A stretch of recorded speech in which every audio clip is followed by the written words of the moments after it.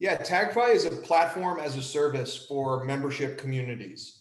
So today, membership organizations and communities typically operate off of an outdated website, an email list, maybe a Facebook group, and they have a limited set of technology tools to be able to manage, grow, and monetize their business and their community. So we have a fully customizable platform that includes a full website solution, a connected iOS and Android app, and backend software for membership, marketplace, and management that enables the organization to have all the tools they need to run their membership and community business. Got it. Why did you decided to start TagFi? Where did the idea came from? This is really a customer-driven business. So we developed an MVP of social marketplace software, which is an emerging field that combines social networking along with marketplace tools. And then we went into the market and we interviewed potential customer groups and followed the demand. And what we found was that there's a lot of demand in certain areas where we're very focused, and we continue to build out our solution with partners. Got it. Where did you meet Sheila? We met at a venture capital networking event in New York City in summer of 2018. We were both solo founders at the time, and it became instantly clear that we shared the same vision and that we were very complementary. Startups are much more successful with at least two founders than they are with one. Yeah. And the two of us had very much a 1 + 1 = 10 situation by combining forces. Got it. Let's discuss a bit more about that point because I find it interesting, the co-founder and the two co-founder thesis/theory. I've heard about it too. Y Combinator, which is probably the most successful incubator in the world, is big on that one. They don't accept basically solo founders. I think one of the only successful business that made it, and initially there were two in the first steps of the business. It was actually Brian Armstrong and Coinbase. They went two initially in the incubator, but Brian decided to move alone. So why do you think two co-founders are better than one? I've done both personally. I've done businesses with a co-founder. I've done business where I was a solo founder. Both have their advantages and their disadvantages. First question, have you done solo founder on your side? And second, what have you seen as advantages and disadvantages from doing that? Yes, I started businesses by myself before joining forces and having an equal co-founder. I believe that the reasons that having a co-founder is better, and it really depends on what type of business and the goals that you have for the business. If you're looking to grow a $100 million plus enterprise value business with the potential for an IPO, with the potential for a major acquisition, as opposed to creating a lifestyle business or something that you're looking to flip more quickly, I believe it's critical to have a partner. At least for most people. Certainly, there are unique individuals who just want to do it themselves and can. And I think there's two main reasons. One is really a human reason and interpersonal and emotional reasons, and the other is professional and complementary skill sets. Yeah. And on the first point, I think it's really about the reality that the process of starting, scaling, and ultimately selling a business, or at least selling into the market and really generating enterprise value, is a roller coaster ride. And the support system that you have at home with your family and your friends, inevitably, at least the vast majority of the time, is not totally going to understand your journey, and they're not going to be totally ready to be there with you on every part of that roller coaster. And the people that have a capital P partner are going to be better supported through that journey. It's also one of the greatest joys of life is giving and supporting other people. And so, one of my mentors said to me that, when you're feeling helpless, help somebody. And so, even if I'm having a tough day, I go and I help Sheila, and Sheila comes and helps me, and we just feed off of each other. And I think a lot of good partnerships work that way. And then on the professional side, I personally spent a decade developing my skill set in investment banking, management consulting, private equity, entrepreneurship, investing. And I believe myself, and I especially before believed myself to be a very complete skill set business ninja. And yet there's such a diverse set of skills that are needed for growing and scaling a startup business that I really think that, the ability to look in the mirror, understand your strengths, understand your weaknesses, and then strategically choose the right profile of a partner is just better. And at the end of the day, if, when it comes to the finances of it, maybe you want to own, 90% of your company or whatever it is, 60% of your company. But do you want to own, 90% of something small or 50% of something huge? And I think it's a smart decision to be willing to have partnership driven business models. Okay, I'm gonna play the devil's advocate here. I have three positive points as well to found a business solo, and I want to hear your thoughts on that. So, like I said, I've done both. Things that I appreciate on being alone in a business, you make faster decisions, and you just need to be careful not to be a tyrant, to fall in the tyrant trap, which is to give orders, bark out orders, and surround yourself with a bunch of yes men. So I think ideally, every entrepreneurial individual in the business should have shares, which is another topic of discussion. But I think that generally speaking can make faster decisions, and that's pretty cool. Another thing that I've seen is that sometimes you clash a lot, and clashing with others, whether it is a personal relationship or a co-founding relationship, can be good. But sometimes I find that it sucks out your energy, just to clash on one topic and not being constructive on something. And that goes to the point that, even if I'm alone in my business, for example, I surround myself with a bunch of virtual mentors. So I read tons of books, listen a bunch of videos, and I do have people to advise me. And the last thing before I let you answer those points is that I found sometimes myself in some kind of laziness trap in which I'm like, okay, my co-founder is going to do it, and outsourcing a bit too much. And the Parkinson law, well, the more that you have, you could split it in two with your co-founder, but Parkinson law states that if you have 10 hours to do one task, you'll take 10 hours to do it. And if you have two, then you'll take 2 hours. So I think like being alone sometimes makes you less lazy and more prone to action. What do you think about these points? I'm going to liken this to a marriage. It is a terrible, terrible decision to marry the wrong person. And I don't think marriage is necessarily for everyone. Yeah. So it's not like having a partner is always better. I believe having the right partner is always better. So right. It's a disastrous decision to just choose to have a partner and find the closest person that you can that's ready and willing, and then go off and run. I believe it's absolutely mission critical to do a thoughtful evaluation and planning exercise upfront to look at compatibility and to look at shared vision. Yep. And if you don't have the shared vision, you're not going to make quick decisions. Your business is going to be less successful.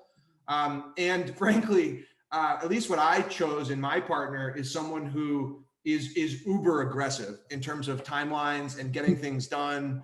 And I believe that actually complemented my nature, which is to be extremely thorough and to over deliver. And I believe that the two of us in our personal capacity the combination of Sheila effectively just wanting to run through any wall that exists, and me devising the perfect way to get through that wall, around that wall, or over that wall, and design the right machine to do so is the right combination. So I certainly would say every single entrepreneur that's listening to this, start by yourself, get as far as you can by yourself. But as soon as you find the opportunity to have someone who can run with you toward the same goal, who has a comparable level of just grit and determination, that's when you should be willing to make a partnership, and not before. Got it. That's good advice. I want to get like a bit deeper on the topic. We live in a hegemony. So US, is the strongest power in our world. And I believe that, one person is always, or one organization or one entity is always better than to have multiple ones when it comes to decision making. And that leads to peace, in some way. There's also the BlackBerry case a couple of years ago. One of the reasons why they failed vs the iPhone is that they had two CEOs, they had co-CEOs. So my question for you is, how do you take the decision-making process with Sheila, for example? Are you in charge of making decisions 100%, aka not being a tyrant, but you're the only decision-making in some space of the company, vs her, some others? How do you take the decision-making process here? I want to address the first part of what you said first. Yeah. And for us, this was part of the rationale for us partnering. Sheila and I are two of the most diverse partners that you can find. I am a finance and private equity professional. Yeah. I am in my young 30s. When we met, I was 30 years old. At the time, I was not married, although I am now, and I have two young children. Twin boys, actually. Nice. And Sheila, and I'm of Caucasian descent. Okay. And I grew up around the finance community, around the investing community. Yep. Sheila is in her young 50s. Yep. At the time when we met, she was 50 years old. She has 3 children, and she is of Indian descent and was born in India. Yep. And so the two of us are diverse in every way: age, demographic, marital status, family status. And also, if you look at her experience, I have experience investing in businesses, advising businesses, scaling businesses. She was and continues to be the hands-on operator who starts the small business and grows it and operates it. And she's done that over her career 8 times. Wow. Since she graduated from NYU, founding businesses that include retail, consumer products, food service businesses. And it was at the point when she saw a big white space in the market that she decided to venture into the technology ecosystem. And that's where my background as a technology investor and management consultant combined really well with her hands-on operational experience. And so that kind of takes us to the second part of your question. When it comes to like business strategy, when it comes to financial planning, I take the lead on the decision-making and planning. However, we work in partnership on those things because I believe that that's the nature of our partnership. We discuss strategy, we discuss opportunities. I have the final call on those things, and we both understand that because that's my primary area of expertise. But it's certainly a collaborative process. Similarly, on the operations side, Sheila is running the day-to-day operations of the team across product operations, customer success, and she developed a lot of our sales infrastructure. Now that we're done with our seed round, I've taken on the lead role on the sales side of things. I think that the best CEOs, at least the CEO that I am, is to just be the best possible salesman, both to the investor community as well as to the customer ecosystem, as well as to your internal team and to talent. And so, Sheila has a really excellent skill set when it comes to putting people in the right places and moving projects along. But then and so she has the decision making responsibility and authority on the operation side. However, I spend considerable time, just as she does, on the strategy side and the financial planning side, really getting in and looking at, are we using the right processes? Could we be doing things better? And frankly, standing up and speaking out, confidently when I know there is an opportunity to make an improvement. So that's the way we look at it. It's formal but fluid. Got it. And I approve that, like the mental model to check with your team first and chop on the decision. That is my mental model too. And I would also agree with everything that you said regarding the CEO. The CEO is the top salesman. I have this flywheel model in which I spend 20% of my time with meeting people. They are interviews, 20% of that time, and then the 80% is selling to customers. That is for my meeting, right? Because I do have 1v1 meetings with my team and all hands and stuff like that. So I do agree, and that's a flywheel. When you talk to great humans and you get them in your business and you onboard clients at the same time that will provide cash flow to pay those great humans, then you've got yourself a flywheel. So Absolutely. Congrats on the seed round of funding. That's pretty cool.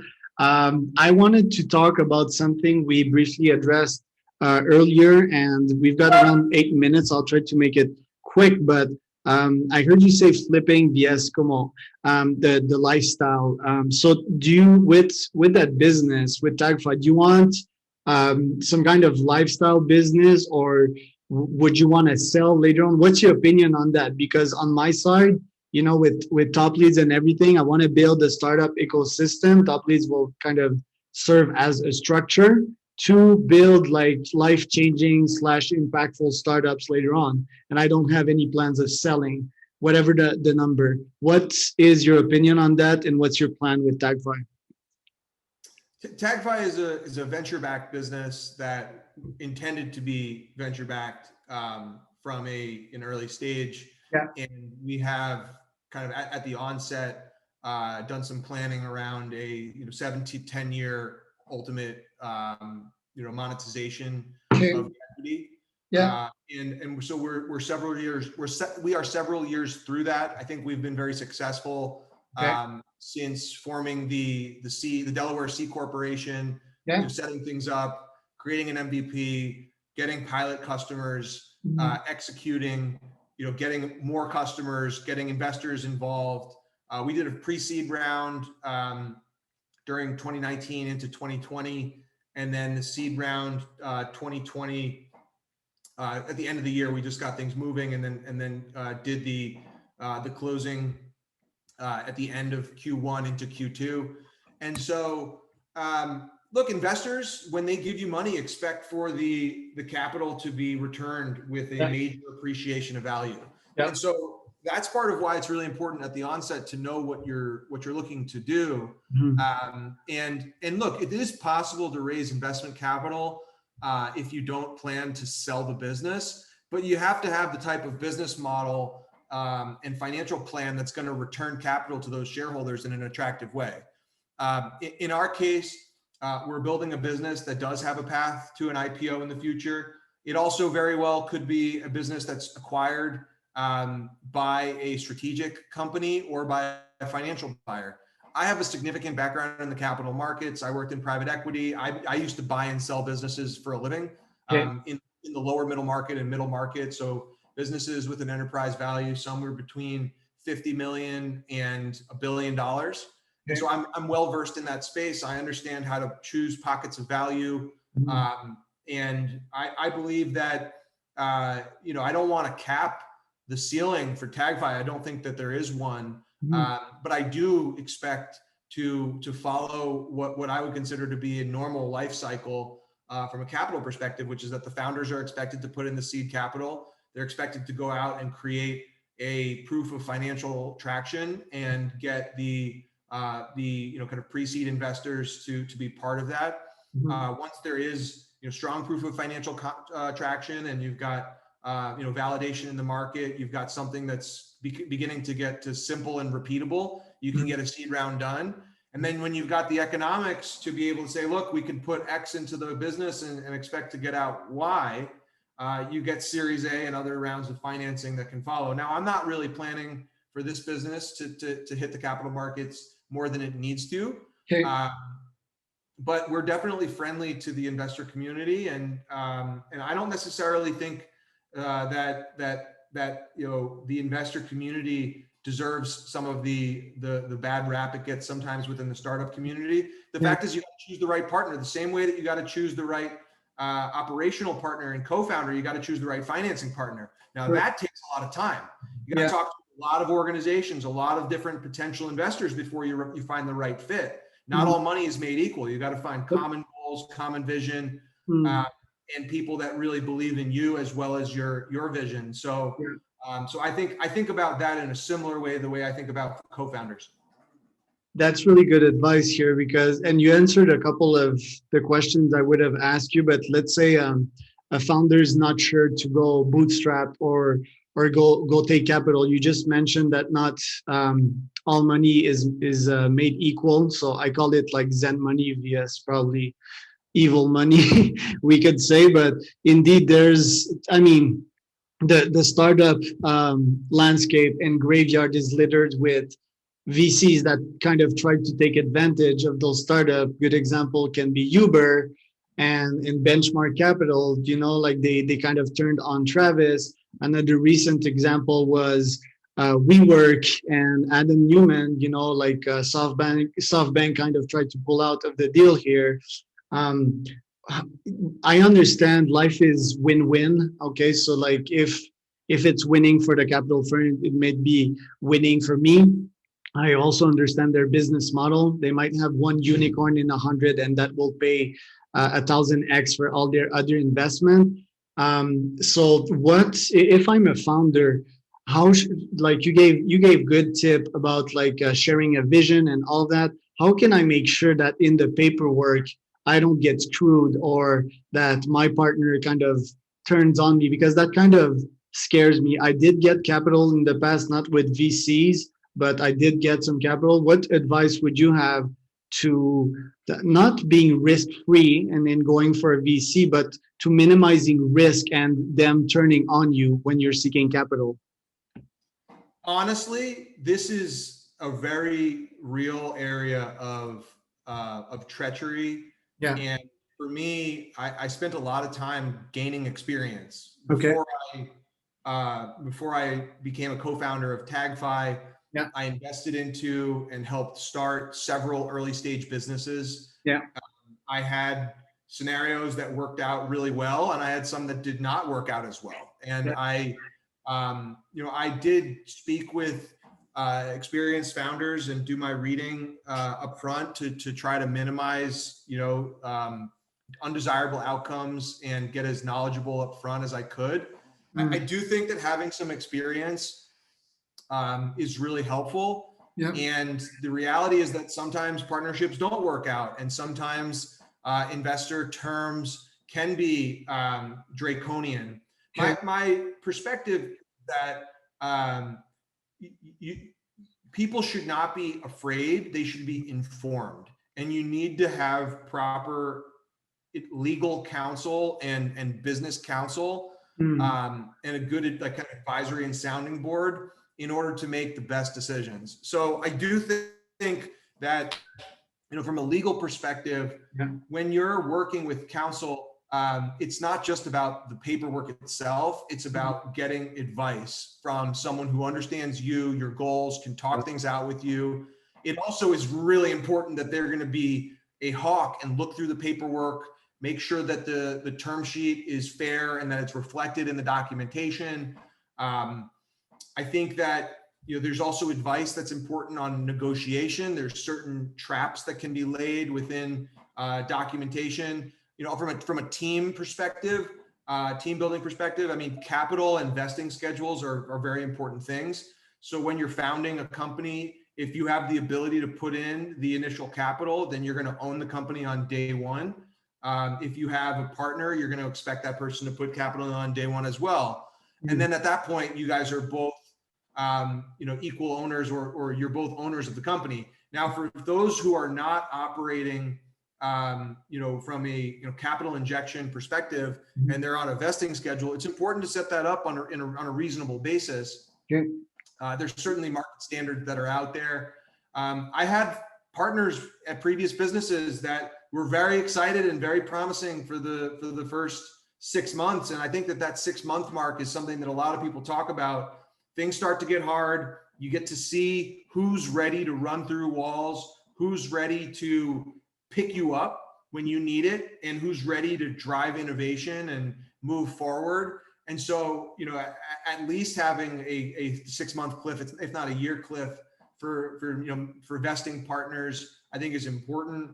And I think a lot of things do come down to open communication. So when it came to the investor conversations, when it came to the partner conversations, we really talked about these things up front. And that then got reflected in the term sheet, got reflected in the final paperwork. And so these things don't happen automatically. A lot of founding a successful business is, knowing, is kind of working through what is the right legal structure for your organization that you're comfortable with. And so it's not like one day's work, it's weeks of work. Got it. Quick follow-up question here. Do you recommend the founders to just try it and have an experience with raising capital and seeing by themselves if it's for themselves? And second, is the main advice here, having a great counsel, sure, but should they also check the details in the contract instead of just signing for evil money?